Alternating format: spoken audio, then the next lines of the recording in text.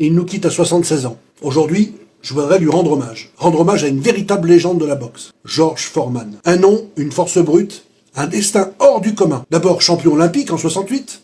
À seulement 19 ans, George Foreman devient champion du monde des poids lourds en 73 et met KO Joe Frazier, invaincu jusque-là. Un choc, un séisme dans le monde de la boxe. Big George. Tout le monde découvre Big George, son surnom, mais le combat le plus mythique de sa carrière, Kinshasa, en 74, The Rumble in the Jungle, face à Mohamed Ali. Là, c'était quelque chose, un duel historique, une guerre psychologique déjà. Ali résiste, encaisse et finit par renverser la montagne Foreman.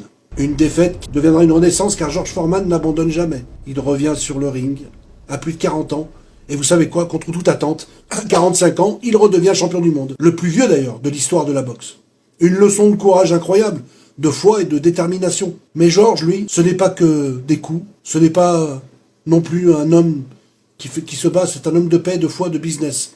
Un prédicateur, un père, un homme d'affaires, un visionnaire, avec son célèbre Grill Foreman, et d'ailleurs qui s'est vendu à plus de 100 millions d'exemplaires. Aujourd'hui, la cloche sonne une nouvelle fois pour lui, pour ce géant de la boxe. Repose en paix, Georges. Là, tu vas rester à jamais une légende du ring, et bien plus encore. On se souviendra de tes exploits, du grand boxeur que tu fus, et je suis certain que tous les grands boxeurs de ce monde seront présents à ton enterrement, y compris Mike Tyson. Repose en paix,